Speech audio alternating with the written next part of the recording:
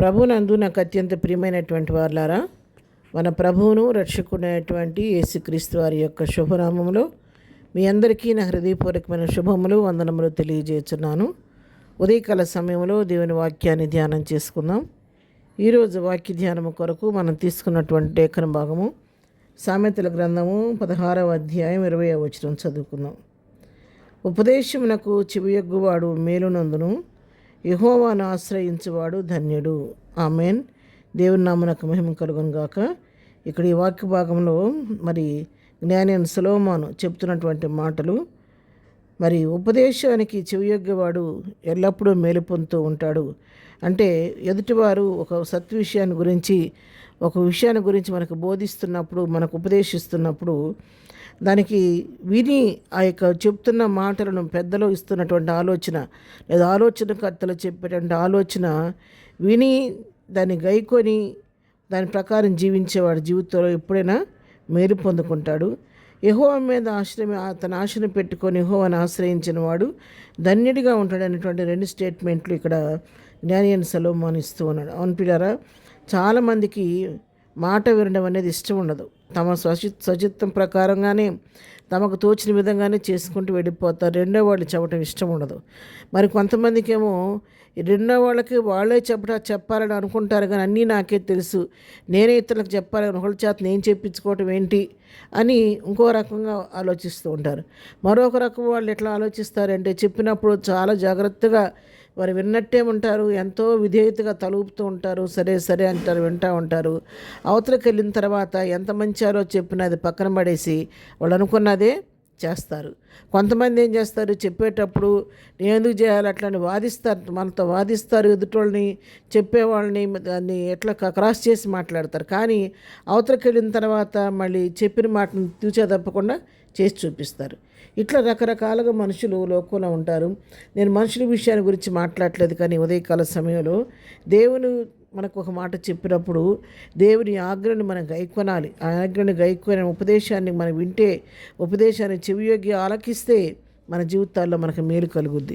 ఎందుకంటే దేవుడు తను పలికే మాటకు, ఆ వాక్కుకు అంత విలువను ప్రభు ఇచ్చారు.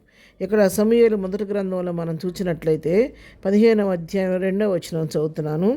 అందుకు సమూయేలు తాను సెలవిచ్చిన ఆజ్ఞను ఒకడు గైకొనుట వలన యెహోవా సంతోషించినట్లు ఒకడు దహన బలులను అర్పించటం వలన ఆయన సంతోషించిన, ఆలోచించము, బలులు అర్పించట కంటే ఆజ్ఞను గైకొనుటయు పొట్టేళ్ల క్రొవ్వు అర్పించట కంటే మాట వినుటయు శ్రేష్టము. ఇక్కడ సమూయేలు ప్రజలతో చెప్తున్నాడు, యెహోవా తన ఒక ఆజ్ఞ ఇచ్చినప్పుడు ఆ ఆజ్ఞను ఎవరైతే గైకొంటారో వారి విషయంలో ఎంతగానో సంతోషిస్తాడంట. ఆ సంతోషం ఎంతగా ఉంటుందంటే అటువంటి సంతోషాన్ని మనం ఎన్ని రకాలుగా దహన బలులు ఇచ్చినటువంటి ఎన్ని బలులు అర్పించినా కూడా ఆయనకి అంత సంతోషం కలగదు. కానీ ఆయన చెప్పిన ఉపదేశాన్ని మనం గైకొంటే, చెవియొగ్గి విని ఆలకిస్తే, దాన్ని పాటిస్తే అంతగా సంతోషపడతాడంట దేవుడు. ఎందుకు చెప్తున్నాడంటే ఇక్కడ మనకి చివరి భాగంలో మనం చూస్తే బలులు అర్పించడం కంటే కూడా ఆజ్ఞను గైకొనటం శ్రేష్టం అంట.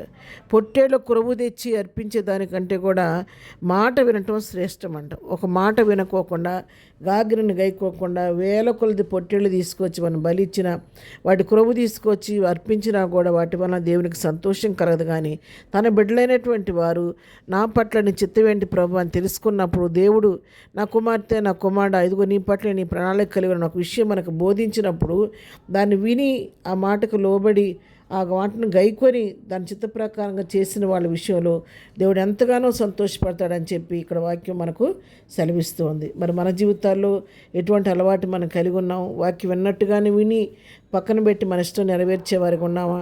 దేవుడు చెప్పిన ఆజ్ఞను గైకొని ఉపదేశాన్ని విని దాని ప్రకారం చేసేవాళ్ళుగా ఉన్నామా?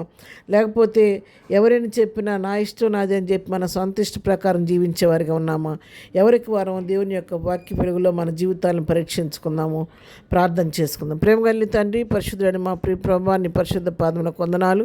ఉదయకాలం మాకు ఇచ్చినటువంటి ఈ శ్రేష్టమైన వాక్య భాగాన్ని బట్టి నీకు వందనాలు. మా జీవితంలో ప్రభువాన్ని ఉపదేశాన్ని చెవియొగ్గి నీ వాక్య ప్రకారం జీవించే కృప నాకు మాకు దయచేయండి. మా సొంత ఆలోచన చొప్పున నడిచి మెరుకులో ఇబ్బందుల్లో చిక్కోకుండా నీ చిత్తానికి లోబట్టు మాకు నేర్పించండి. ఈ దినం మేము చేయి పని పాటల్లో రాకపోకల్లో తోడుగా ఉండండి. ఎవరైతే నీ ఆలోచనకు ఎదురు చూస్తున్నారో వారికి నీ ఆలోచన కలుగు చేసి మీరు ఉపదేశించి సరైన మార్గంలో వారిని నడిపించండి.